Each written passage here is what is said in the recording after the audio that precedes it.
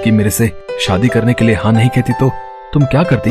अनिल प्रीति से प्यार करने लगा था, इसलिए अपनी माँ को समझा बुझाकर वो प्रीति से शादी कर लेता है। शादी के बाद जब मुंह दिखाई में प्रीति ने कान की मशीन लगा रखी थी तो मोहल्ले की औरतें बातें बनाने लगी। अरे सुजाता जी की बहू तो बहरी है, वो देखो कान में सुनने वाली मशीन लगा रखी है। इन्हें अपने अनिल के लिए बहरी लड़की ही मिली थी, इनके अनिल में कोई नुक्स था क्या जो नुक्स वाली लड़की ढूंढ ली? धीरे बोलो, सुजाता जी इधर ही आ रही हैं। हम कौन सा डर रहे हैं, हम भी तो सही बोल रहे हैं। क्यों सुजाता बहन, तुम्हारी बहू सुनती नहीं है क्या? इसके कानों में तो मशीन दिखाई दे रही है। ऐसी भी क्या जल्दी थी जो अपने अनिल के लिए तुम बहरी बहू ढूंढ लाई? क्या करूं बहन जी, हमारी किस्मत ही फूटी थी। पता नहीं मेरे बेटे के ऊपर इसने क्या काला जादू कर दिया। मेरा बेटा इसकी तरफ खींचा ही चला गया।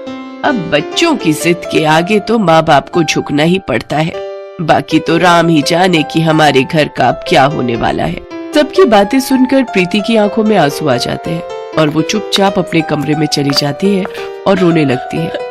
प्रीति अनिल से इस बारे में कुछ भी नहीं कहती।